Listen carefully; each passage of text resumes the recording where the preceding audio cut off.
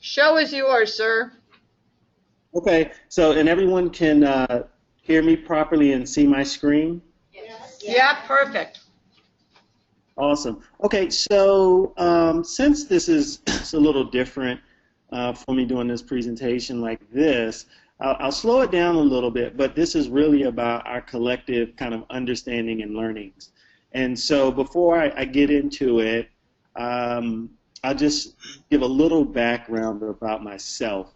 So I actually worked in Prince George's County for about 17 years. And it's interesting, every time I say it, it's like, man, it doesn't really seem that long. I mean, it goes by so fast. And so many colleagues that have been in the field longer. But anyway, I was a special ed teacher. I coordinated a dropout prevention program. I was an assistant principal in a military school. I was proud principal for 7 years of a Title I middle school. And that's where I started learning about technology, instructional technology, and using technology to transform the learning environment.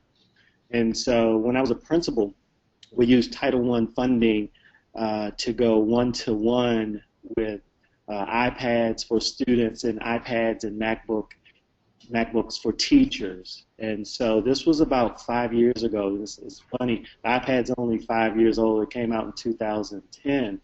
And so we were one of the first large urbans to do a deployment nationwide. And it was very challenging and frustrating and rewarding at that time. And then I went into central office. I coordinated our university partnerships, helped design 2 doctoral programs, and managed part of the Race to the Top grant that the district received dealing with great teachers and great leaders. So had a full spectrum of kind of doing deployments, one at the schoolhouse, and then when I went to central office, we deployed to all of our administrators. So I've seen both sides of it. Also, my doctorate's in educational leadership, and so have a little bit of experience doing that work. And so just really glad to have this conversation, and that's exactly what this will be today. And my email address is ewood@apple.com, as you can see. If you have any questions, please email me. If I don't get to them today, I'll try to answer them moving forward. And so what I'd like to do as I'm going through this, if something, kind of sparks your interest or you need to ask some questions, please feel free to do that. And I'll answer to the best of my ability. And something before I begin, this does not have to be a Apple Love Fest. I was on the debate team, so I get it. And but I'm not the salesperson, and so in my new role, my new life, I like to say, I've been with Apple almost 3 years now. Well, 2.5, and I'm a K-12 development executive, and what that means, I focus on the content. I focus really on the learning, and I'm not into purchase orders or selling anything. My primary concern is the learning environment. How do we create it?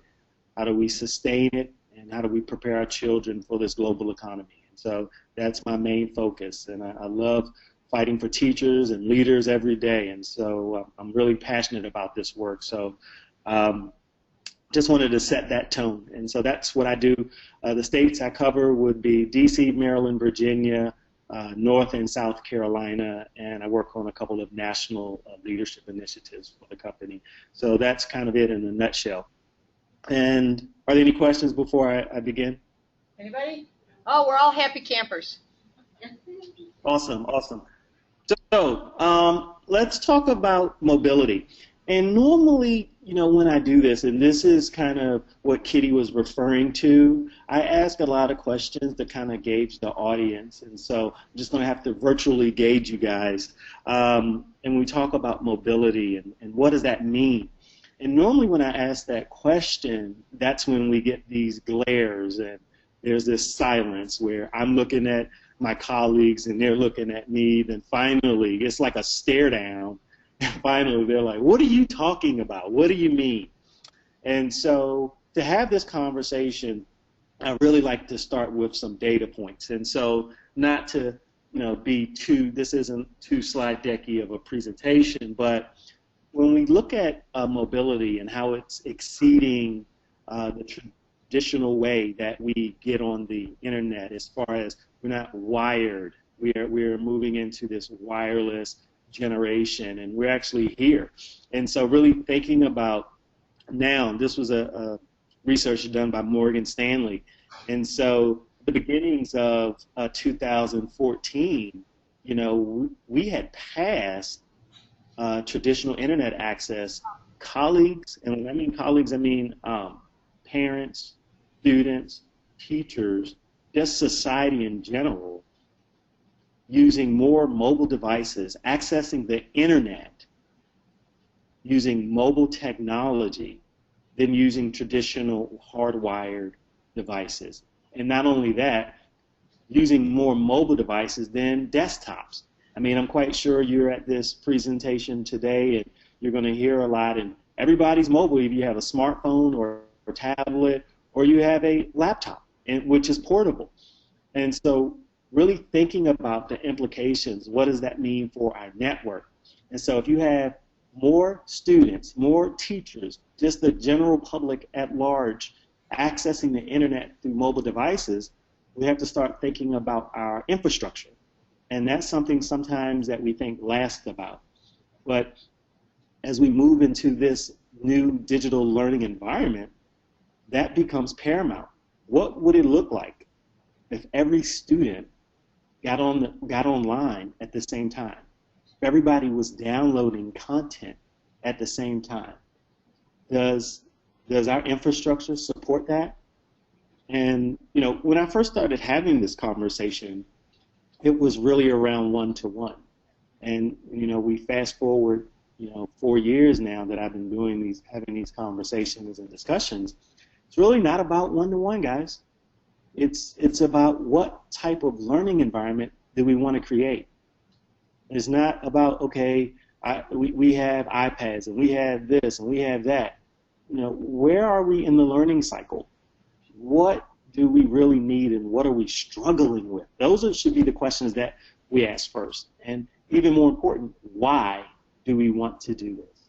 And so once we start answering those types of questions, some academic, some instructional or pedagogical questions, then we can start talking about device. Then we can start talking about, hey, this is the best tool, but it maps to what our learning environment wants to look like and maps to our needs and what the data says. And so when we talk about mobility, we need to think about that. And, do we have the appropriate bandwidth? And I'll share this with you guys because we're friends and what happens here stays here. And no one's recording this, but my wife works for Discovery, and so when we travel, she has at least minimum 3 devices, and I know definite minimum, I have it minimum 5. So when we're on the network, we have 8 devices rocking out on a network. And so when we go to places and they say, oh, we have Wi-Fi, or when I present, they say, we have Wi-Fi. It's like, what is the bandwidth on that?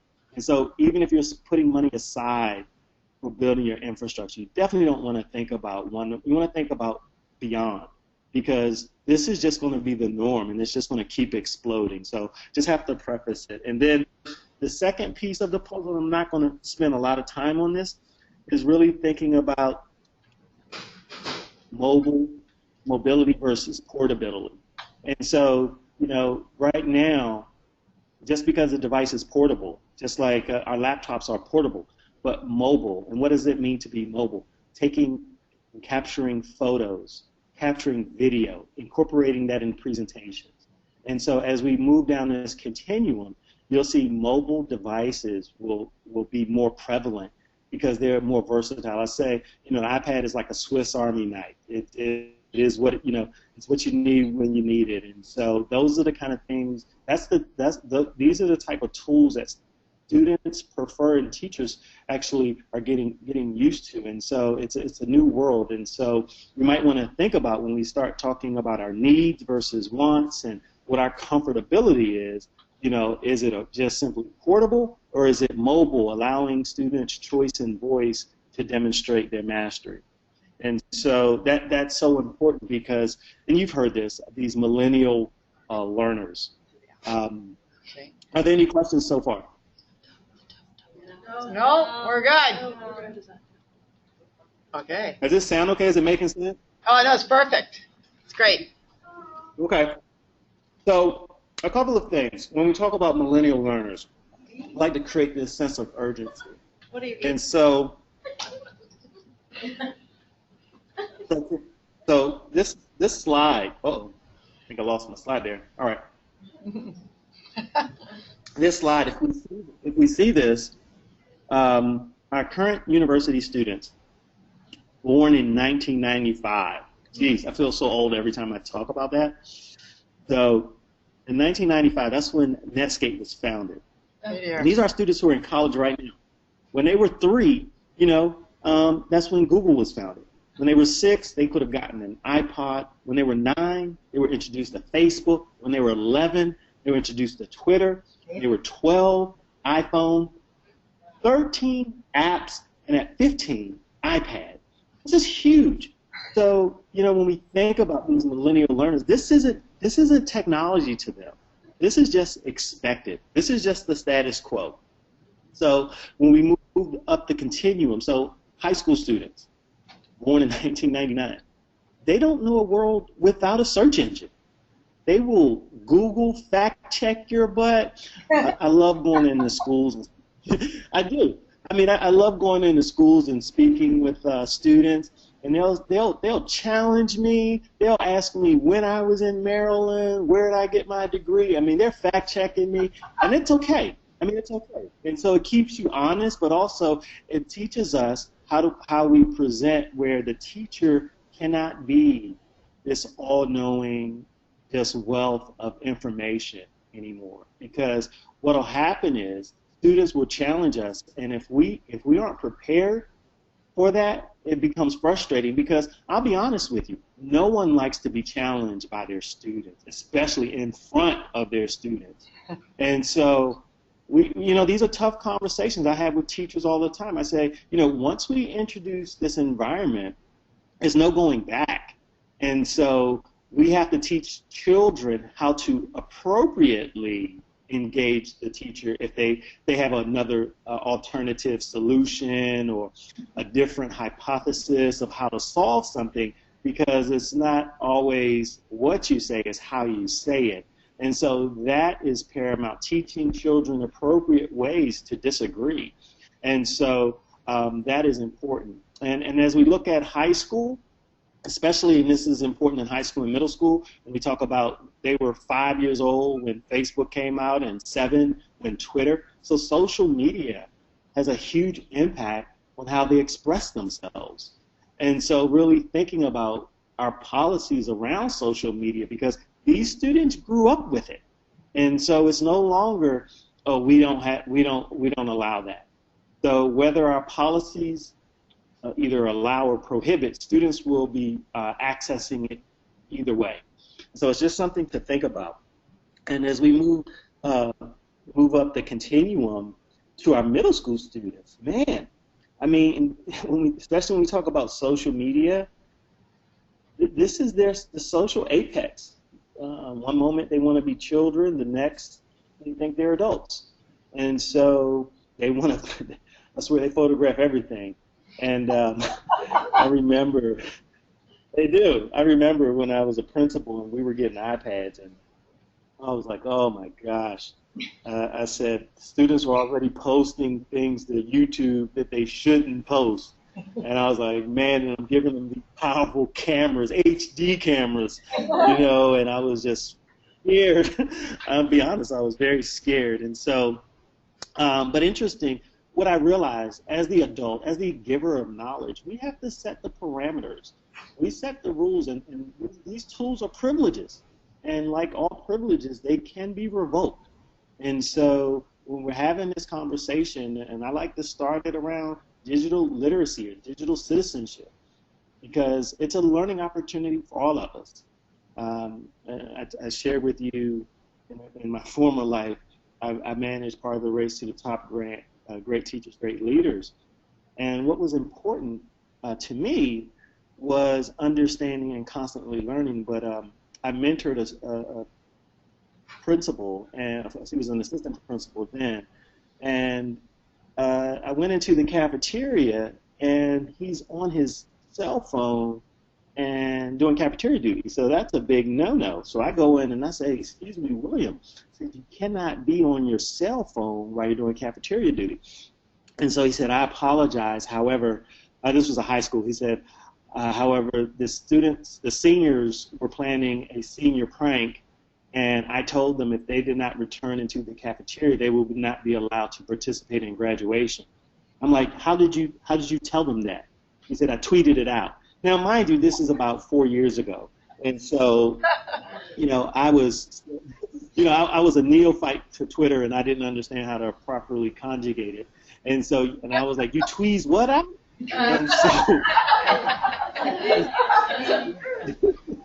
And so he gave me a brief education on Twitter, and next thing you know, within a minute or so, about 150 students flood the cafeteria from outside, and I was so deeply impressed. And I went back to my leadership training with Sarah Giovanni and Stephen Covey, and thinking about leadership is influence. And this young man had influence, so much influence. I started asking questions once I started understanding the concept of Twitter, like a big, text messaging type of ecosystem. And he was able to influence not only his seniors, but I said, how many students follow you? And he said, out of 2,000 students, about 1,700.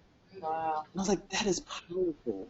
That is powerful. And so that's when I realized, because I'll be totally honest, I was like, social media is not, something that I'm interested in. That's for those youngsters. That's something that, I don't feel comfortable with, so I won't do it. And part of that fear was born out of people getting in trouble disciplinary-wise in our district for not using social media. And the social media of that time was, I don't know if you guys remember MySpace. Yeah. So a couple of principals had MySpace accounts, and one of them had gotten demoted and one got transferred. So in my mind, social media was going to impact your job if you didn't know how to use it or use it inappropriately. So I was like, no way, no thank you. I had bills to pay, I had mortgage, I had family, no thanks. And so, but until I went to visit William and I saw the true potential, and I realized, hey, we're the educated. We have to get in front of this.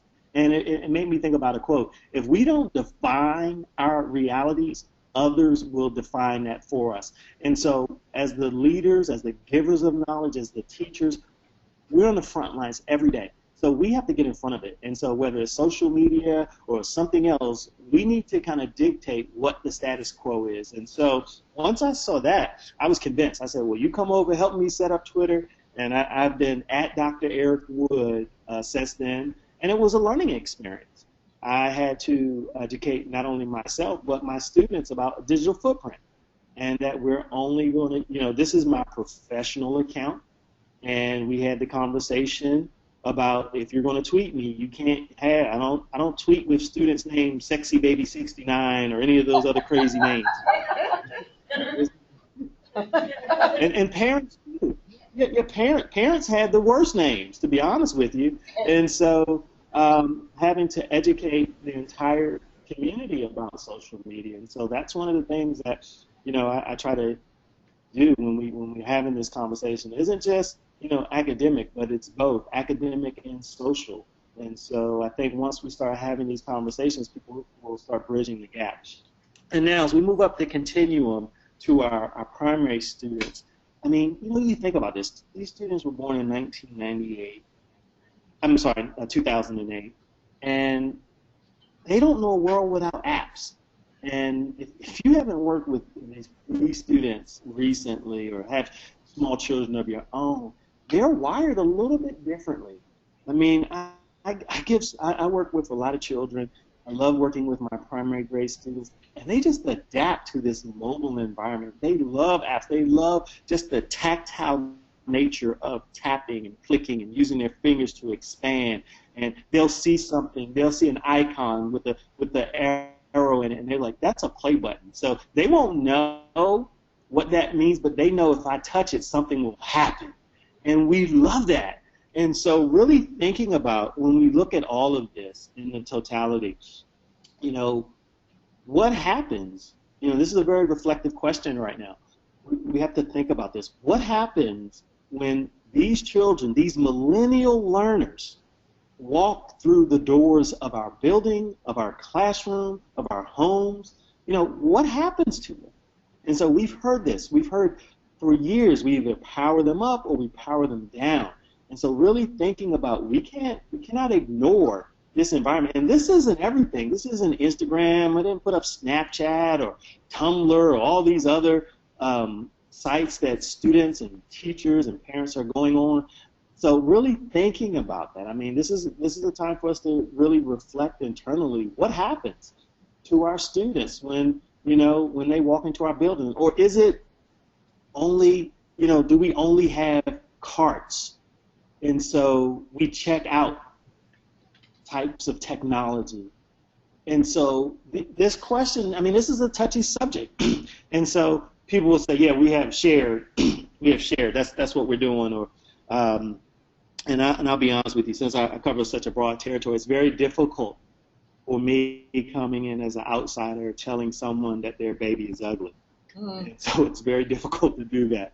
And so when we think about this, and when I mean, people will say, all right, this is what we have. I said, so only how do you check the technology out? And so they have this process, and it almost reminds me of when teachers wanted the computer lab, and it was always the same teachers that they must have come in right in August, right before school started, and booked up the calendar with my media specialist, because only like 2 or 3 teachers got to use the computer lab. And so it just became a problem. And I tell colleagues, think about this. Just imagine if you had to share your phone with everyone in your family. How difficult would that be? All right, you get it Monday, I get it Tuesday, someone else gets it Wednesday. I mean, that's crazy.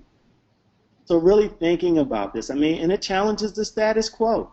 I'll ask people, they don't have money, but I promise you, every time I look at budgets, and I do this quite a bit, we always find gaping pockets of where money exists, because people say, well, we've always spent hundreds of thousands of dollars on paper or books or positions. And I was like, well, what is the value? Like each position that you have, that you've had for the last 50 years or so, can we correlate some significant outputs or student gains or school outputs because of these positions? And if we can't, it's time to reevaluate, because it's not here. As a school, we're not here to just make our adults feel comfortable, but we're here to prepare the next generation. That's our solemn obligation. They leave us, and they're supposed to be able to lead the world. And so how confident are we that the education that they receive prepared them? So that's kind of my soapbox. And a couple of questions, that I'd like to ask. And, if you guys have any comments, please feel free. Like I said, I don't want this to be this one-way diatribe, but really want you to think about, and maybe you guys can take about a couple of minutes, and then Kitty, you can bring them back if any themes came out or resonated. But I want you to think about, what do you want learning to look like in your school? And I said the next 12 months. That's a little ambitious, but over the next 12 to 24 months. So why don't you talk, pair up with a partner and just have that conversation, no more than 3. And we'll come back in about 2 minutes. If you want, just talk about what you think, technology is going to look like, what your school's going to look like in the next 12 months. So you guys, Yeah. you guys share. Okay. For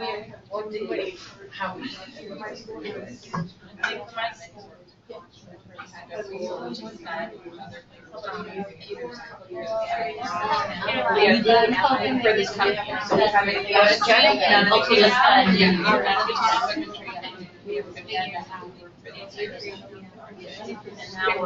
So have these extra time, you're basically. Well, our Yeah. I'm going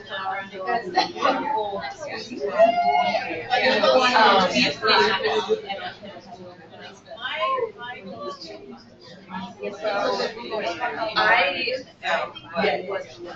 We have three kids in 8th grade, but we all wear something. Yeah, I do. I do 6th grade. Yeah. 6th through 8th grade, which is the first grade. I'm more yeah. That is I mean, we had one pre-K, one K, first and this is one class. 6, 7, 8, we have 9 classes. Plus our child. wow.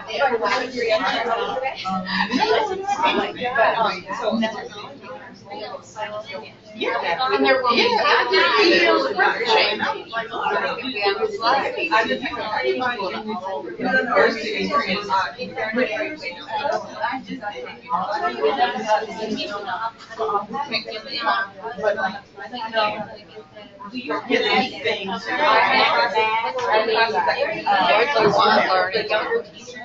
yeah, so let me just make sure that I said it wrong. So it's what do you want learning to look like in your school? Not what you want learning to look like. What do you want learning? Just regular their hands, the kids are too small. And they don't know how to go. So they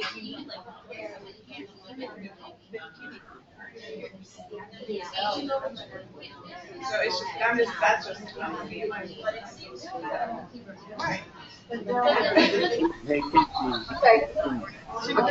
Okay, so can we have just, I know that's a really short period of time, but you'll have more chance to talk about, what, can we have someone from each group kind of share some of the things that you started bouncing around?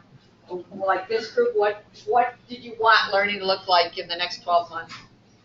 I would like to have 30 iPads for the students to use in my school. We have 15. Okay, and what would learning look like because you had those iPads? What do you think?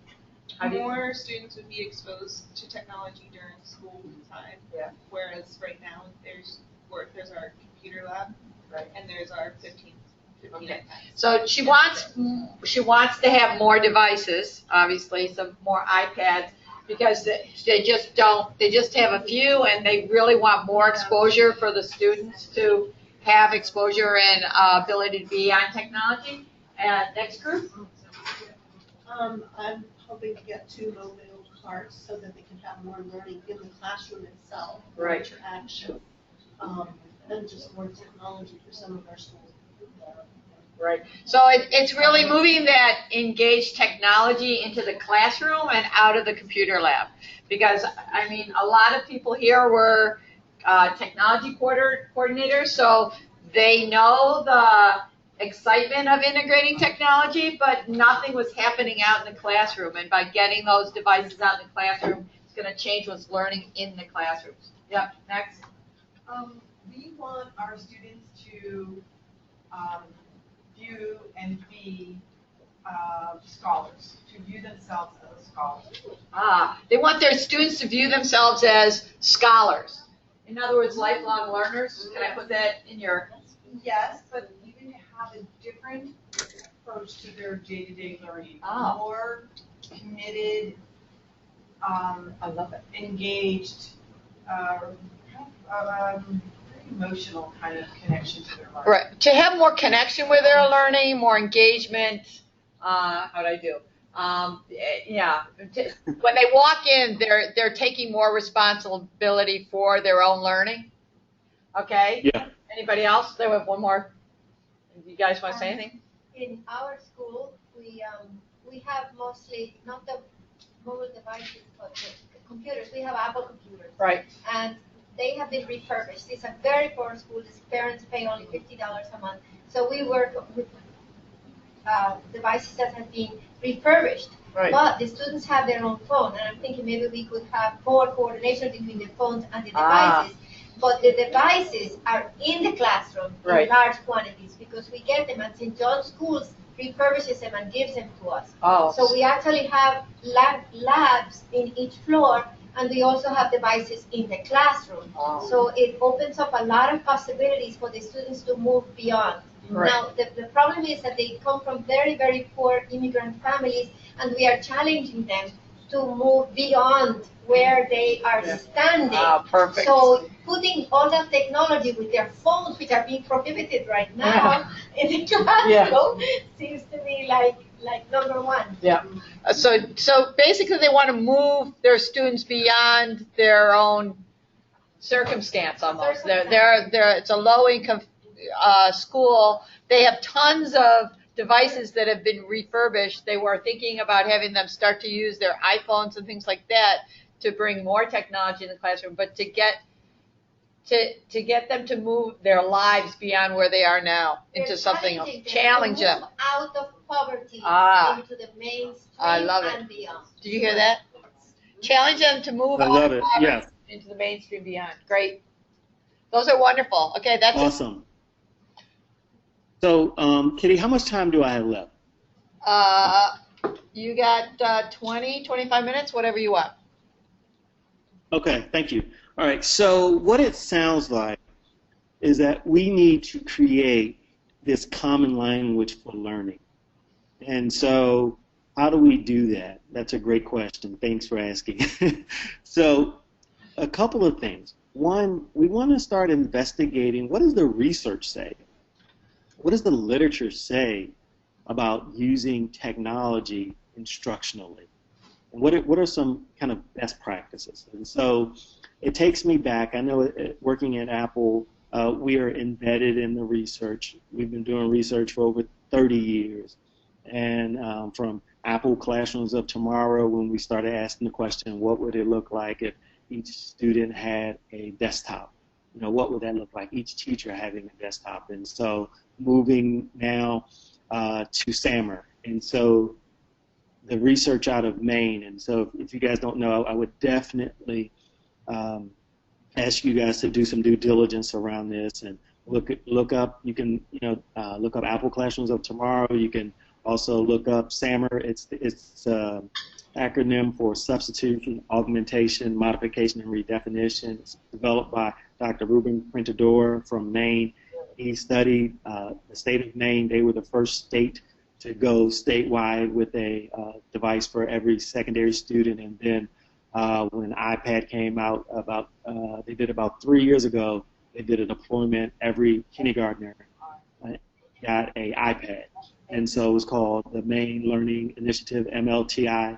And so, and Kitty, I can send you those links if you email me after this. Yeah, I'll put them on their page and their note. Yeah, we have a shared resource thing, so that'd be great. SAMR is basically talking just about how education is putting technology in a classroom isn't just substituting like a notebook, a Word document for a piece of paper. It's transform. You want to go into transforming. You want to be able to do things that you couldn't have done in the classroom if you didn't have technology.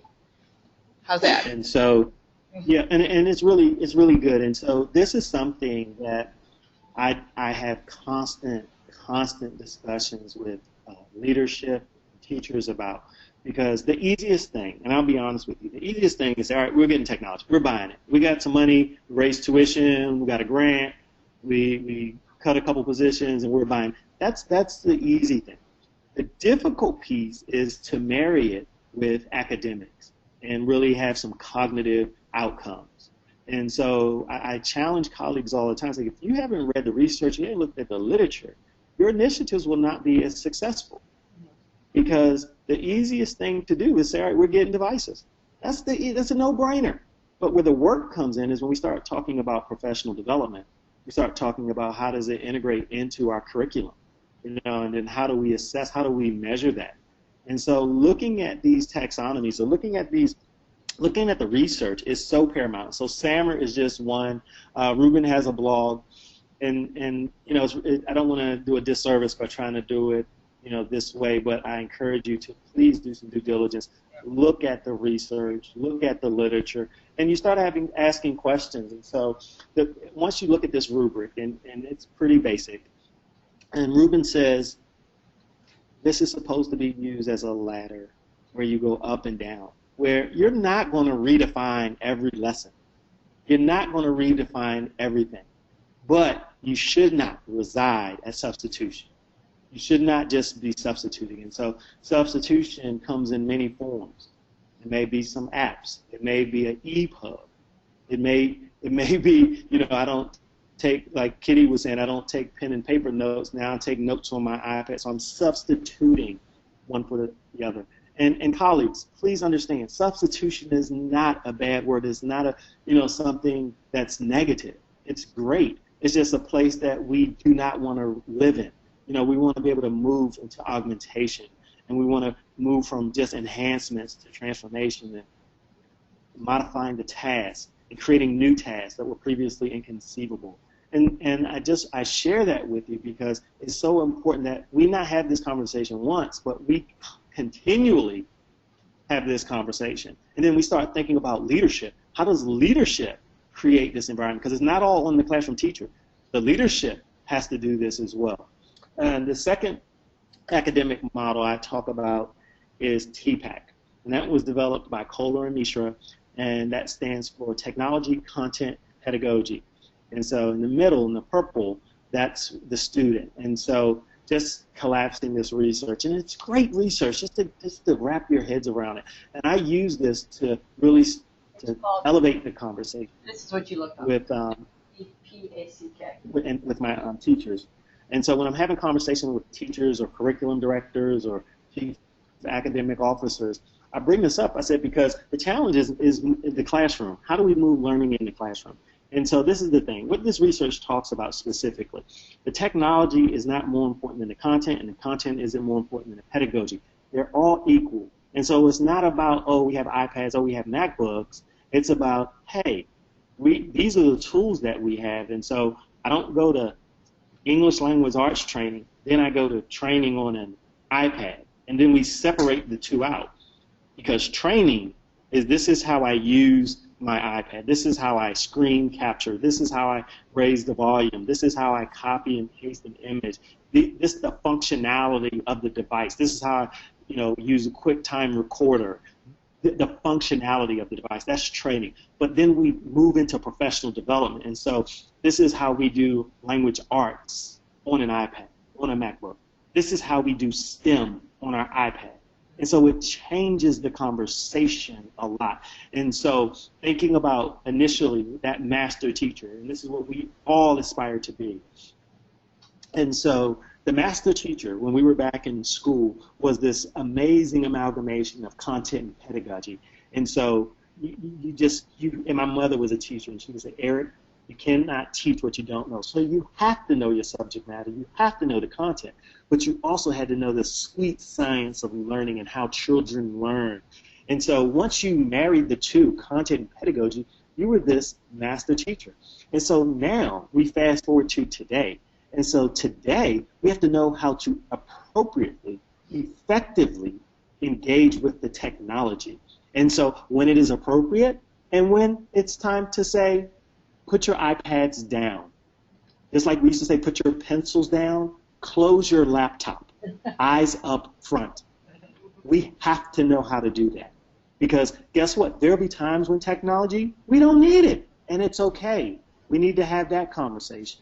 Or you'll have states passing legislation, saying that you can't text and drive, because we haven't taught children or adults that that's not appropriate to text while you're driving. And so that's why we have so many accidents, or people are walking out in the middle of the street and not looking because they're looking at their screen. Or now we're having conversations around screen time.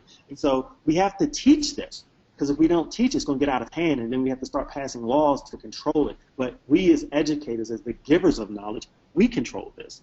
So I like to, those two models. I mean, you've probably heard of Bloom's digital taxonomy, Webb's depth of knowledge, Dale's cone of experience. All of these amazing taxonomies, they get to the heart of the issue, and the issue is creation. That's what it's really about. Having these environments full of creation, and not just the students, but the teachers and everybody. When I was working with this organization called CPED, the Carnegie Foundation, they were transforming the educational doctorate. And so Tony Bright was one of the lead people out of the Carnegie Foundation in New York. And he said, Eric, for systems to really be evolved and to change, they must become engines for adult learning. That's Andrew Goji. And so an engine for adult learning, that's powerful. So all of us are learning, all of us are creating. That's when our systems are changing. Not do as I say, but do as I do. All of us participating collectively, collaboratively together. And it's okay not to know. We learn this together. I learned with my teachers. I still learn every day. And so really thinking about that. And before I open up the questions, a couple of things when we start engaging learners with this digital content, just really thinking about three major buckets. One is the content. There's just an overwhelming proportionate, I like to say, think of it as a tsunami of content out there. There's so many apps, there's so many websites and content providers, it can be intoxicating. So really thinking about my role as teacher, as leader, as instructional technology specialist, whatever it is, whatever my role is, now I have to be able to filter all of this content. And so I have to evaluate, is this content valid, reliable? Does it really resonate with my students and teachers, and is it going to prepare them to be these productive members of society? And so that's a huge task because we haven't really been trained for that. I have to vet apps now. I have to vet these websites. And so really thinking about that role. The next piece, you've heard me mention it earlier, was this creation. Thinking about content creation. That is the push. And for my districts and my colleagues that have been doing this for a while, I challenge you. Where is this repository of this content that you should have been creating? So if you've been doing this for over 2 years, you should have content that you've created that is specific to your population, that's specific to your school. And if you hadn't, guess what? You better start working on it. So really thinking about that. And if teachers want this, I used to say, we have to develop these plans to really think about what are we going to create? How's it going to be specific and meet our needs? And the third piece of this puzzle is the context. When we start engaging learners with digital content, the context of learning has shifted because it's not just about them being in our building. They learn anywhere, at any time, especially if we have a model that allows the students to take home the device. And so regardless of how many snow days students miss, we had makeup days, we had to have all these makeup days because students missed. No, guess what? At our school, at our campus, learning never stops because all students have access to tools, regardless of the weather. So they can learn on the bus, they can learn at home, they can learn on the weekend, they can learn at the store, they can learn anywhere they are as long as they have access to the tool and that they're connected. And so I'll just take a pause here to field any questions that you may have because I've given you a lot. And so if you have any questions, I'd love to entertain them right now. Okay. Questions about how, because he's seen schools implement one-to-one for the first time. So do you have any questions about what the challenge is to implement one-to-one or visions or things? Go ahead. Well, you talked about the professional development foundation that's needed, and I think that's always the first to go, even if it is existing in a school. It's just more flexible, and so I'm just kind of wondering, like, what's the kind of base level that we should be looking to have for our teachers and in being able to not just pull out a cart of 10, computers or laptops or devices. Like, what do we need to know as teachers, and how much professional development, and how do we get that to happen? Because I don't really think that it's our job to convince principals. I mean, actually, they supposed to be the other way around. Yeah. And that's a whole other story. I guess what I'm looking. That's a really good question actually. And so this is, and you heard me initially. I didn't go into it too much, but we have to start with why. because if we don't know why we want to do this, we're so lost in this journey. And so there's a great book by Simon Sinek. He says, start with why. You can buy the book if you have to, but he also does a great, TED Talk. And so I would Google that and watch the TED. It's about 10 minutes, and you get the synopsis of it. And so what he says is typically organizations start with the what. We're getting tools. How are you getting it? Oh, we have a grant, or we got an infusion of money. And then the last question is why. And that really should be the first question. Why do you want to go down this digital learning pathway? Why do you want to do that? And so we have to articulate that. And so sometimes it will be the teacher speaking truth to power. And sometimes, you're at this conference for a reason. And so people know that technology, we can't ignore it anymore. But thinking about one of that earlier question I asked you, what do you want learning to look like over the next 12 to 24 months? So really thinking about what is our why. And we have to be crystal clear about this.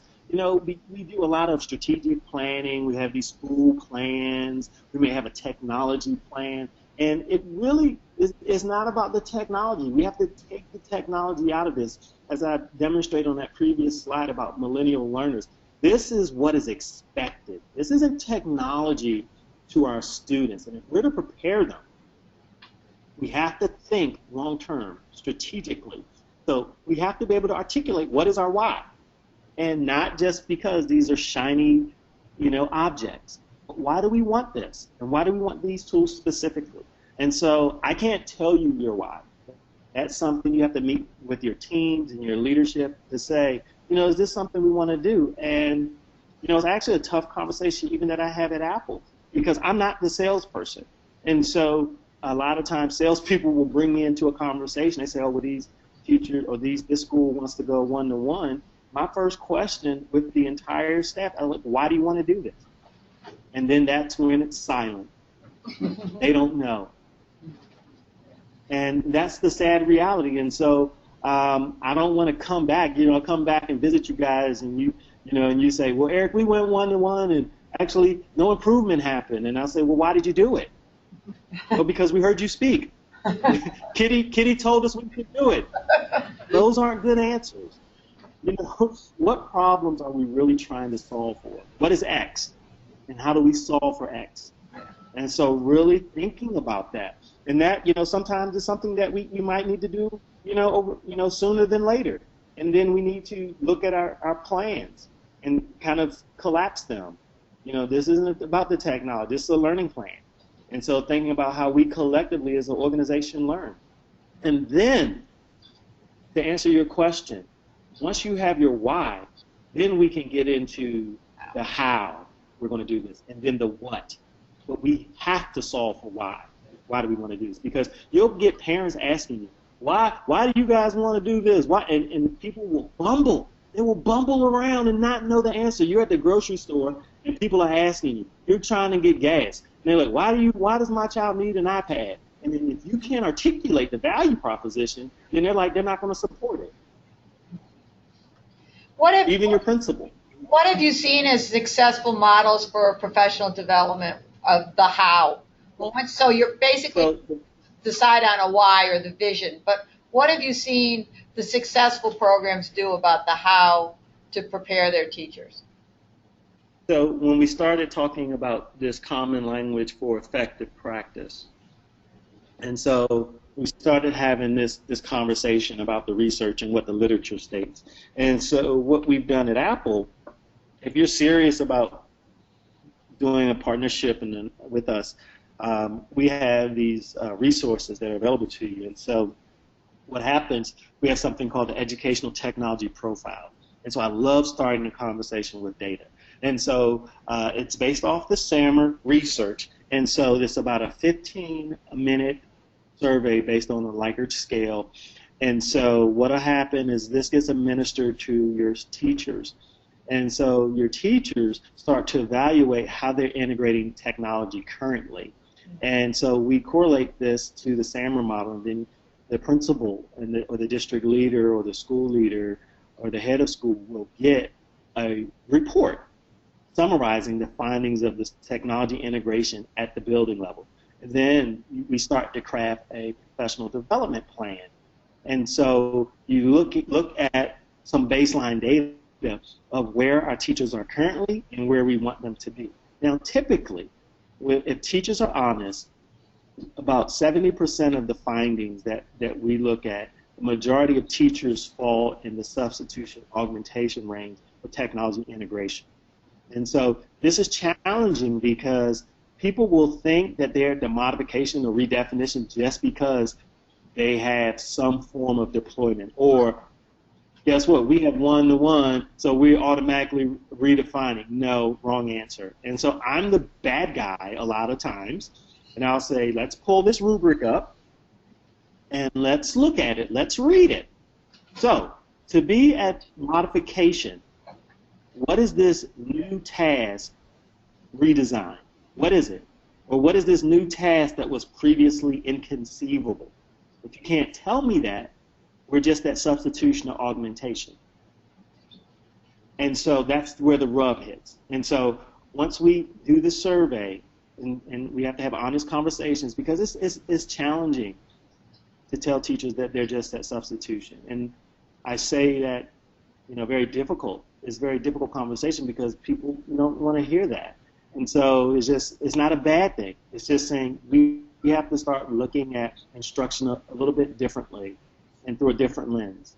And so thinking about that, and then we can start solving for what our challenges are. And so the professional development is based upon the feedback that we get from the survey, and then we build it. And so I recommend, if you're doing a deployment with us, that you administer this survey at least twice a year, so you can understand where your teachers and how they're implementing and integrating technology and what types of projects students are working on.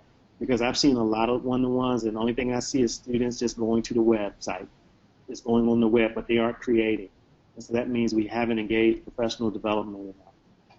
So this will deployment to constantly look at the research, constantly self-assess their staff, constantly engage in content creation, and participate in professional learning networks, share at conferences, present at conferences, become Apple Distinguished Schools, become Apple Distinguished Educators.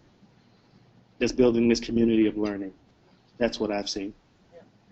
Are there any other questions? I think we're kind of at the end.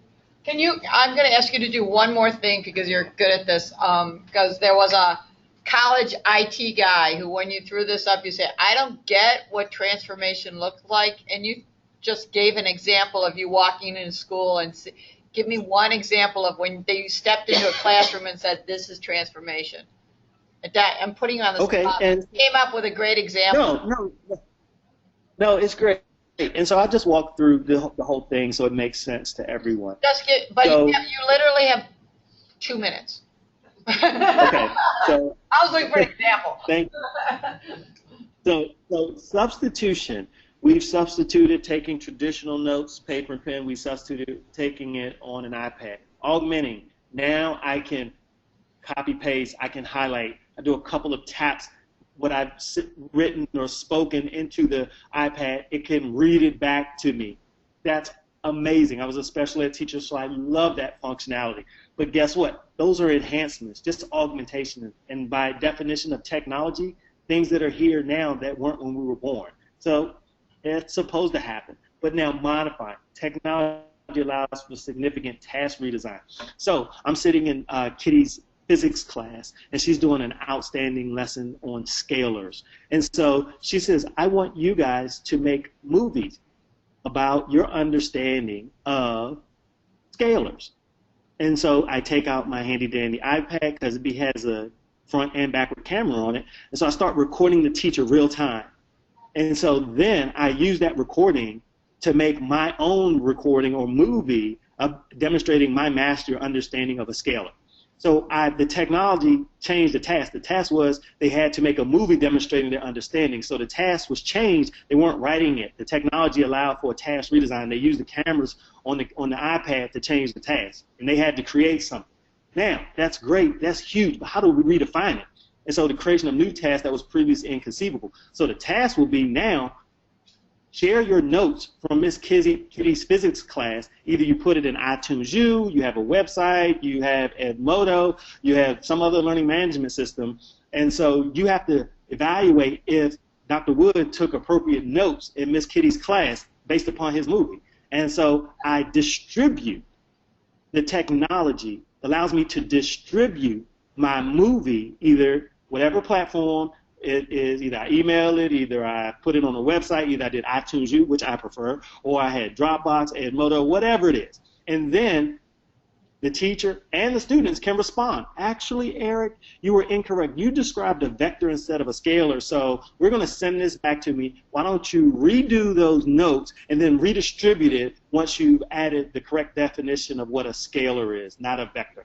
And so the technology allowed for the creation of new tasks that were previously inconceivable because I could not get real-time feedback on my movies or my learning from not only my teachers but my peers before. So the task was shifted, the task changed, if that makes sense. And that was really fast, under 2 minutes, Awesome. on steroids, over GoToMeeting.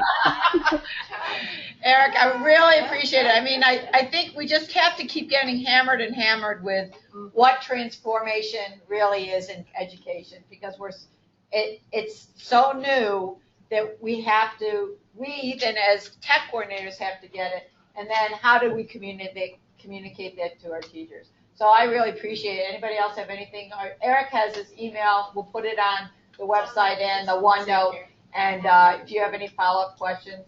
But I really appreciate it. Anybody else? Going once, going twice. Thank you very much. It was wonderful.